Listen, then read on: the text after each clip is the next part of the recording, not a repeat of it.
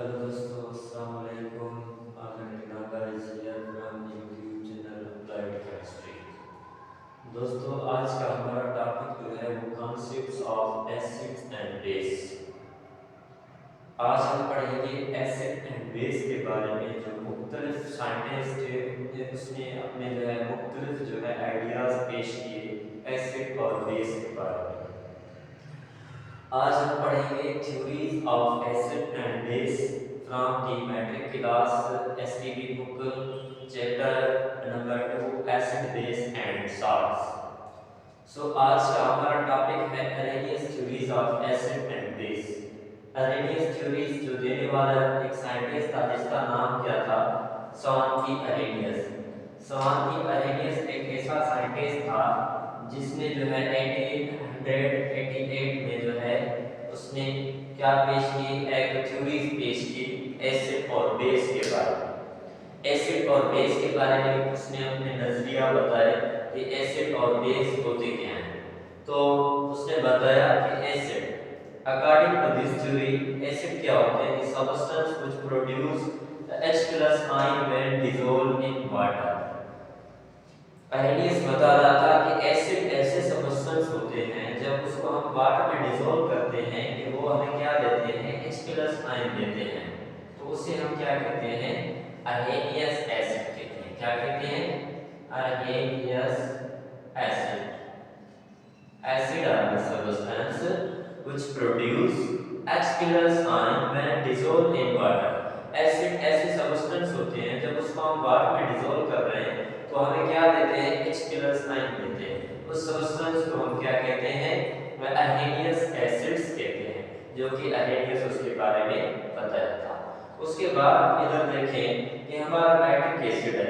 Nitric acid को जब हम एक्वस मीडियम प्रोवाइड करेंगे, मतलब नाइट्रिक एसिड को हम वाटर में डालेंगे। जब मिसाल के तौर पर ये एक वाटर है, जब वाटर में हम जो है नाइट्रिक एसिड को डाल रहे हैं तो वो हमें क्या देगा, हाइड्रोजन आयन और प्लस नाइट्रेट आयन देगा। H+ और जो है माइनस जो है नाइट्रेट आयन देगा।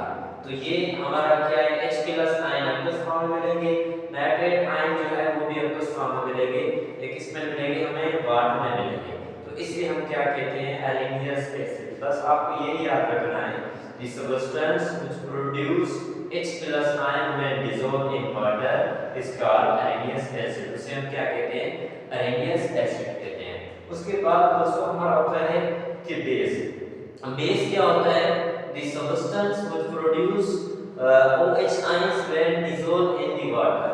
अरेनियस ने बताया कि बेस ऐसे सब्सटेंस होते हैं जब उसको हम वाटर में डिसॉल्व करा रहे हैं तो हमें क्या देते हैं, -OH आयन देते हैं। जैसे कि हमारा सोडियम हाइड्रोक्साइड है, उसको हम वाटर में डिसॉल्व कराएंगे वो हमें क्या देगा, सोडियम प्लस आयन और -OH आयन प्रोवाइड करेगा।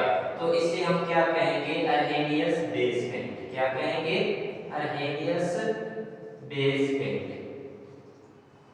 अरेनियस बेस को होते हैं जब वो वाटर में डिसॉल्व होते हैं वो हमें क्या देते हैं, -OH आयन प्रोवाइड करते हैं, उसे हम क्या कहते हैं, अरेनियस बेस कहते हैं। इधर देखिए तो कैल्शियम हाइड्रोक्साइड है हमारा। कैल्शियम हाइड्रोक्साइड को जब हम वाटर वाला मीडियम प्रोवाइड करेंगे, वाटर में मिक्स करेंगे तो हमें कैल्शियम आयन प्रोवाइड करेगा और -OH आयन प्रोवाइड करेगा। तो इसे हम क्या कहेंगे, अरेनियस बेस कहेंगे। अरेनियस बेस ऐसे सब्सटेंस होते हैं, उसने बताया कि बेस ऐसे सब्सटेंस होते हैं जब वो वाटर में डिसॉल्व किए जाएं तो वो हमें क्या देते हैं, -OH आयन प्रोवाइड करते हैं। तो इसे हम क्या कहते हैं, अरेनियस बेस कहते हैं। ठीक है, तो दोस्तों हमने पढ़ा एसिड ऐसे सब्सटेंस होते हैं जब वाटर में डिसॉल्व होते हैं तो H+ आयन प्रोड्यूस करते हैं अकॉर्डिंग टू अरेनियस कांसेप्ट। और बेस ऐसे सब्सटेंस होते हैं जब वाटर में डिसॉल्व करते हैं तो हमें क्या देते हैं, -OH आयन देते हैं। तो ये थे एसिड और बेस। उसने बताया कि न्यूट्रलाइजेशन रिएक्शन। न्यूट्रलाइजेशन रिएक्शन एक हमारा रिएक्शन होता है जिसमें क्या होता है, वाटर एसिड और बेस रिएक्शन करते हैं और क्या बनाते हैं, साल्ट और वाटर बनाते हैं। उसी रिएक्शन को हम क्या कहते हैं, neutralisation reaction. The reaction in which acid and base reacts form the salts and water। जब एसिड और बेस का रिएक्शन हो वो क्या बनाए, साल्ट और वाटर बनाए। ऐसे रिएक्शन को हम क्या कहते हैं, न्यूट्रलाइजेशन रिएक्शन कहते हैं। तो इधर देखें हाइड्रोजन ब्रोमाइड एक हमारा एसिड है, इसका रिएक्शन हम किसके साथ करा रहे हैं, पोटेशियम हाइड्रोक्साइड एक बेस के साथ करा रहे हैं। तो हमें क्या मिल रहा है, पोटेशियम ब्रोमाइड मिल रहा है और प्लस में हमें क्या मिल रहा है, वाटर मिल रहा है, जो कि हमारा क्या है, एक साल्ट और प्लस वाटर। उसके बाद HCl और सोडियम हाइड्रोक्साइड दोनों आपस में रिएक्शन करेंगे, तो इधर हमें क्या मिलेगा, सोडियम क्लोराइड प्लस वाटर मिलेगा। तो इसे हम क्या कहते हैं, न्यूट्रलाइजेशन रिएक्शन कहते हैं। दोस्तों अगर कोई भी आपसे पूछे कि न्यूट्रलाइजेशन रिएक्शन क्या होता है, तो आपको क्या बताना है, when the acid and base react they form the salt and water is called neutralisation reaction. जब एसिड और बेस का दोनों का आपस में रिएक्शन होता है, ये क्या है हमारा एसिड है, ये क्या है हमारा बेस है, जब दोनों का आपस में रिएक्शन होगा तो क्या हमें देंगे, पोटेशियम ब्रोमाइड साल्ट मिलेगा और प्लस में क्या मिलेगा, वाटर मिलेगा। एसिड और बेस रिएक्शन करेंगे, साल्ट और वाटर मिलेगा, ऐसे रिएक्शन को हम क्या कहते हैं, न्यूट्रलाइजेशन रिएक्शन कहते हैं। न्यूट्रलाइजेशन रिएक्शन जो होता है वो हमारा क्या होता है, मतलब एक्सोथर्मिक रिएक्शन होता है। क्या होता है, एक्सोथर्मिक रिएक्शन होता है।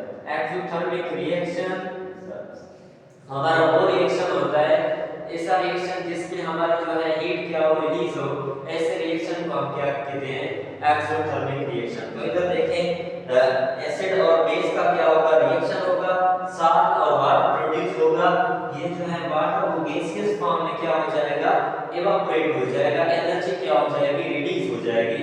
इसीलिए इसे क्या कहते हैं, एक्सोथर्मिक रिएक्शन।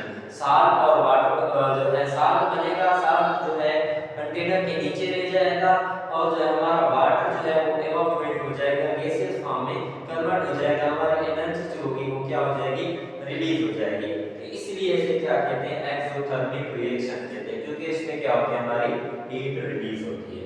उसके बाद हम आते हैं कि अरेनियस थ्योरी की जो है, अरेनियस एसिड और बेस का कांसेप्ट पढ़ा, उसकी थ्योरी कुछ लिमिटेशंस थी, मतलब उसने कुछ बातें कही, कुछ लिमिटेशंस में उसने बातें बताई, उसने ज्यादा उसको एक्सप्लेन नहीं किया।